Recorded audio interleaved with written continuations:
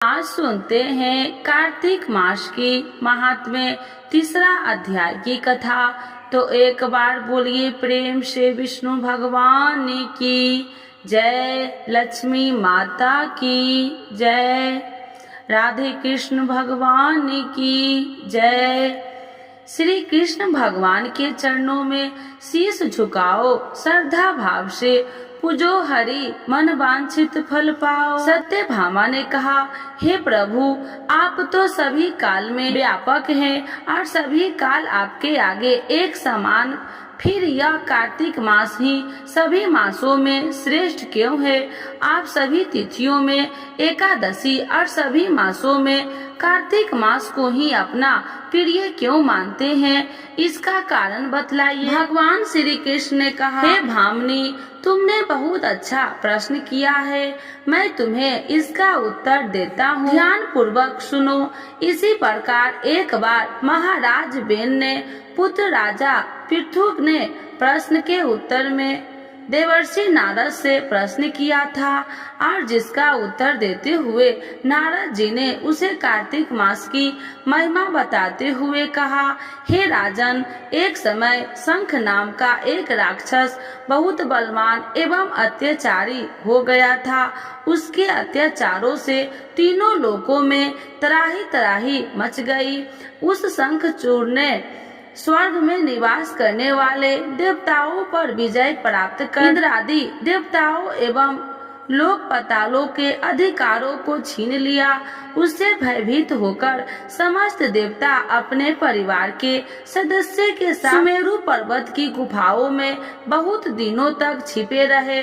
तत्पश्चात वे निश्चिंत होकर सुमेरु पर्वत की गुफाओं में ही रहने लगे। उत्तर जब शंखचूर को इस बात का पता चला कि देवता आनंद पूर्वक सुमेरु पर्वत की गुफाओं में निवास कर रहे हैं, तो उसने सोचा कि ऐसी कोई दिव्य शक्ति अवश्य है जिसके प्रभाव से अधिकारहीन यह देवता अभी भी बलवान है।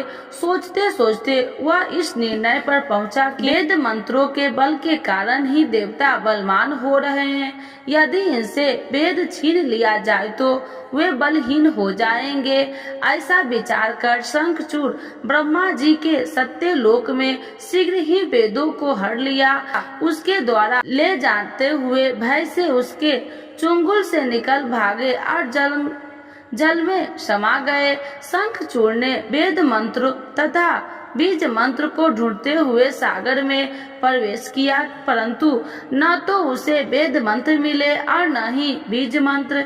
जब शंखचूर सागर से निराश होकर वापस लौटा तो उसे उस समय ब्रह्मा जी पूजा की सामग्री लेकर सभी देवताओं के साथ भगवान विष्णु की शरण में पहुँचे और भगवान को गहरी निद्रा से जगाने के लिए गाना बजाने लगे और धूप गंध आदि से बारंबार उनका पूजन करने लगे। धूप दीप नैवेद्य आदि अर्पित किए जाने पर भगवान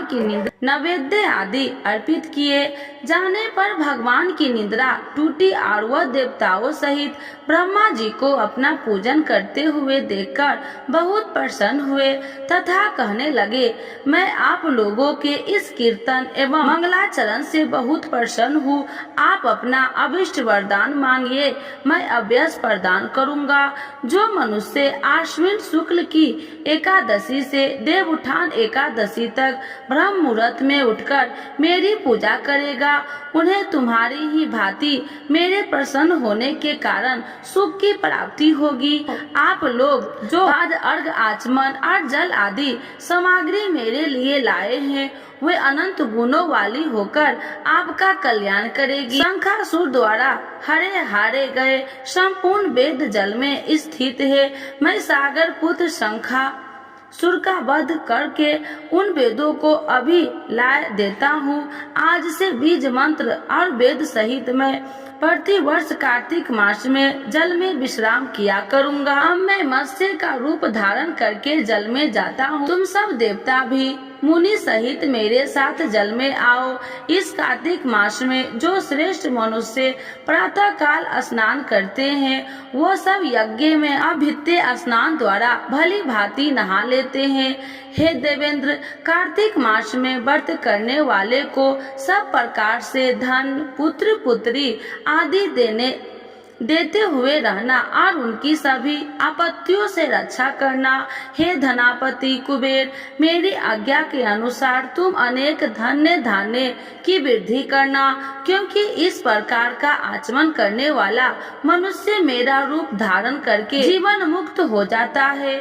जो मनुष्य जन्म से लेकर मृत्यु तक विधि पूर्वक इस उत्तम व्रत को करता है वह पाप लोगों का भी पूजनीय है। कार्तिक शुक्ल पक्ष की एकादशी तिथि को तुम लोगों ने मुझे जगाया है, इसीलिए यह तिथि मेरे लिए अत्यंत प्रतिदायनी है और माननीय है। हे देवताओं, यह दोनों व्रत नियम पूर्वक करने से मनुष्य मेरा सानिध्य प्राप्त कर लेते हैं। इन वेदों को करने से जो फल मिलता है वह अन्य किसी व्रत से नहीं मिलता।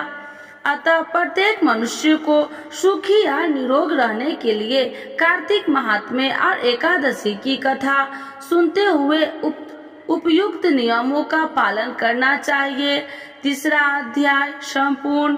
तो एक बार बोलिए प्रेम से विष्णु भगवान की जय, लक्ष्मी माता की जय, राधे कृष्ण भगवान की जय। सुनते हैं तुलसी माता की चालीसा। यह चालीसा सुनने से होती है हर रोगों से मुक्ति, मिलती है सुख समृद्धि का आशीर्वाद। तो एक बार बोलिए प्रेम से विष्णु भगवान की जय, तुलसी माता की जय, भगवती माता की जय। श्री तुलसी महारानी करो विनय सिरनाय, जो मम हो संकट विकट दीजे मात नसाय। नमो नमो तुलसी महारानी, महिमा अमित न जाए बखानी, दियो विष्णु तुमको सम्माना, जग में छायो सुयस महाना। विष्णु प्रिय जय जयंती भवानी, तिहु लोक की हो सुख खानी। भगवत पूजा करे जो कोई, बिना तुम्हारे सफल न हो। जिन घर तब नहीं होए निवासा, उस पर करे विष्णु नहीं वासा।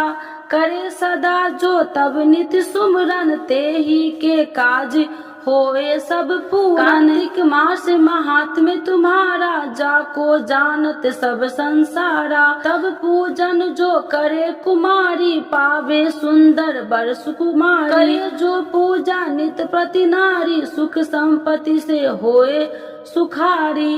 वृद्धा नारी करे जो पूजन, मिले भक्ति होवे पुलकित मन। श्रद्धा से पूजे जो कोई, भव निधि से तर जावे सोई। कथा भागवत यज्ञ करावे, तुम बिन नहीं सफलता पावे।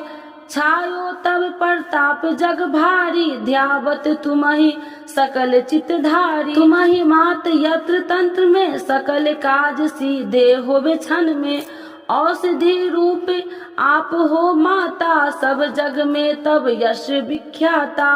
देव ऋषि मुनि और तपधारी, करत सदा तब जय जयकारी। वेद पुराणन तब यश ज्ञाया, महिमा अगम पार नहीं पाया। नमो नमो जय सुख कारिणी, नमो नमो जय दुख निवारिणी। नमो नमो सुख संपत्ति देनी, नमो नमो अख काटन छेनी।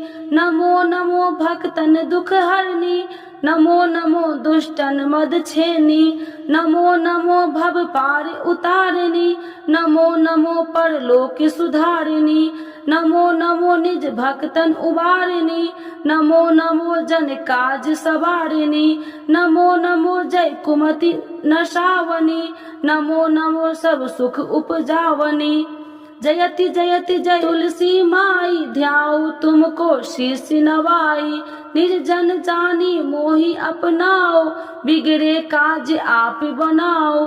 करूँ विनय मैं मात तुम्हारी, पूर्ण आशा करो हमारी। शरण चरण कर जोड़ी मनाओ, निस दिन तेरे ही गुण गाऊं। करहु मात यश अब मोह पर दाया, निर्मल होए सकल मम काया। मांगू मात या वर दीजे, सकल मनोरथ पूर्ण कीजे। जानू नहीं कुछ नेम उचारा, क्षमहु मात अपराध हमारा। 12 मास करे जो पूजा, ताशम जग में और न दूजा। प्रथम ही गंगा जल मंगवावे, फिर सुंदर स्नान करावे। चंदन अक्षत पुष्प चढ़ावे, धूप दीप नैवेद्य लगावे। करे आचमन गंगा जल से, ध्यान करे हृदय निर्मल से। पाठ करे फिर 40 की, स्तुति करे माते तुलसी की। यह विधि पूजा करे हमेशा, ताके तन नहीं रहे कलेशा।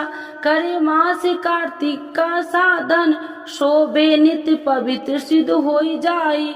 है यह कथा महासुखदाई, पढ़े सुने सो भव तर जाई। यह श्री तुलसी चालीसा, पाठ करे जो कोई। गोविंद सो फल पावही, जो मन इच्छा होई। तो एक बार बोलिए प्रेम श्री विष्णु भगवान की जय, तुलसी माता की जय, भगवती माता की जय, सर्व देवी देवताओं की जय।